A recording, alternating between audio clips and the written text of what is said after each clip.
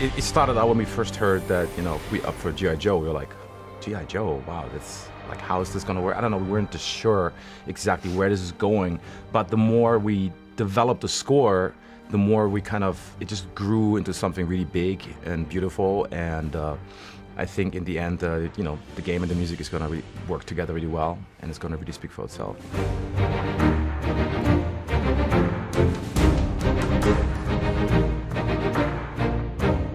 There's a lot of things that don't work well with computers when it comes to orchestras. So Chris will give me some notes and say, I had to do this bit here because that's what sounded okay with the samples just for the demo. I really want it to sound like this. And that's my job, to make it sound like what Chris really wanted to, like what was in his head. All right, I will reprint it on the break. It'll sound way cooler.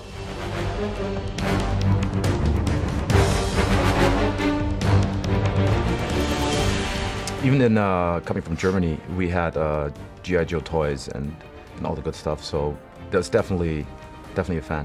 I'm definitely a fan of G.I. Joe. I'm an 80s kid, so I grew up with both the cartoon and the toys. So it was a really, it was a big deal. It was kind of an honor to be able to, do this such an iconic franchise, to get to kind of reboot it now for, on next gen.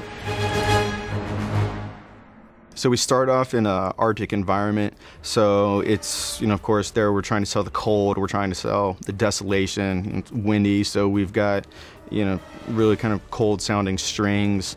For Arctic, I actually didn't use that much brass because brass tends to warm it up a little bit. So the orchestra is mostly strings in that one, kind of keep it one-dimensional.